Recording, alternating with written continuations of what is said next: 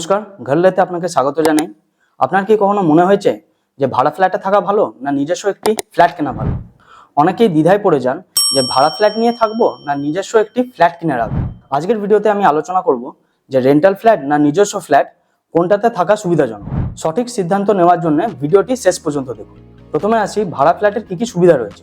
প্রথম হচ্ছে ভাড়া ফ্ল্যাটে থাকার জন্য বড় অঙ্কের টাকা বিনিয়োগ করার দরকার পড়ে না। দ্বিতীয় হচ্ছে যদি আপনি চাকরি বা অন্য কোনো কারণে জায়গা পরিবর্তন করতে চান তাহলে ভাড়া ফ্ল্যাটে থাকলে আপনি সহজেই জায়গা পরিবর্তন করতে পারেন। তৃতীয় হচ্ছে রিপেয়ার এবং মেনটেন্যান্সের ঝামেলা নেই। অনেক ক্ষেত্রে রিপেয়ার এবং মেনটেন্যান্সের দায়িত্ব বাড়িওয়ালার হাতেই থাকে। 4 নম্বর হচ্ছে ভাড়া ফ্ল্যাটে থাকলে ইএমআই বা কোনো লোনের ঝামেলা নেই। এরপরে আসি ভাড়া ফ্ল্যাটের মধ্যে কি কি অসুবিধা রয়েছে। প্রথম হচ্ছে ভাড়া ফ্ল্যাটের খরচ প্রত্যেক বছর বাড়তে থাকে। বাড়িওয়ালা অনেক সময় ভাড়া বাড়ানোর জন্য দাবি করতে পারে। দ্বিতীয় হচ্ছে নিজস্ব বাড়ির মতো স্থায়িত্ব নয়। বাড়িওয়ালা অনেক ক্ষেত্রে বাড়ি খালি করে দেওয়ার জন্য প্রেশার দিতে পারে। তৃতীয় হচ্ছে ভাড়া ফ্ল্যাটে থাকলে আপনি আপনার ইচ্ছা মতন ইন্টেরিয়র ডিজাইন করাতে পারবেন না। এরপরে যে বিষয় নিয়ে কথা বলবো, নিজস্ব ফ্ল্যাটের মধ্যে কি কি সুবিধা এবং অসুবিধা রয়েছে। প্রথমে আসি নিজস্ব ফ্ল্যাটের মধ্যে কি কি সুবিধা রয়েছে।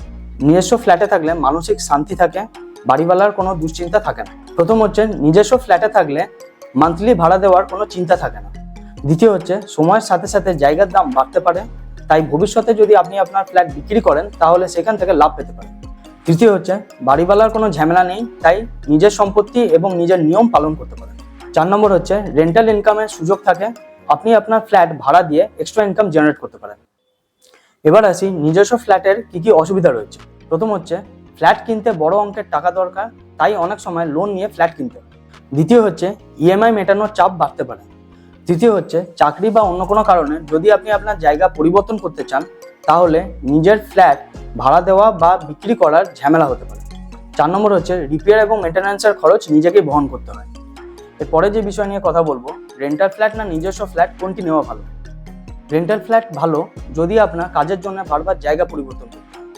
রেন্টাল ফ্ল্যাট ভালো যদি আপনার ইনকাম স্টেবল না হয় অথবা যদি আপনি প্রপার্টি মেনটেন্যান্সের দায়িত্ব না নিতে চান। এবার আসি নিজস্ব ফ্ল্যাট ভালো যদি আপনি দীর্ঘমেয়াদী বিনিয়োগ করতে চান, যদি আপনার স্টেবল ইনকাম রয়েছে এবং যদি আপনি একটি জায়গায় স্থায়ীভাবে থাকতে চান। আজকের ভিডিওতে আপনাদের একটি ধারণা দিলাম যে রেন্টাল ফ্ল্যাট না নিজস্ব ফ্ল্যাটের মধ্যে কি কি সুবিধা এবং অসুবিধা রয়েছে। শেষ পর্যন্ত সিদ্ধান্ত আপনার। আজকের ভিডিওটি যদি আপনার ভালো লেগে থাকে তাহলে লাইক এবং শেয়ার করতে ভুলবেন না এবং প্রপার্টি রিলেটেড ভিডিও পাওয়ার জন্য ঘরলে বাংলা চ্যানেলটিকে সাবস্ক্রাইব করে পাশের বেল আইকনটি প্রেস করে দেবেন। তাহলে এখানেই শেষ করছি। ধন্যবাদ।